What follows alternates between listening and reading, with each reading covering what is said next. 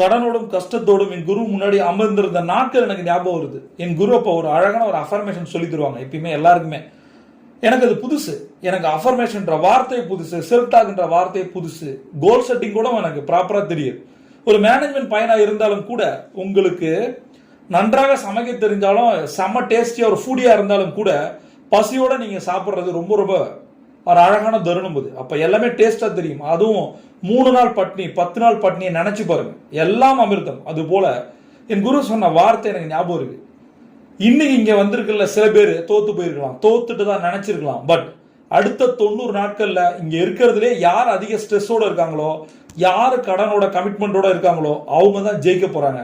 அது யார்? அது நீங்களா இருக்கலாம். அதான் நானும் சொல்றேன்.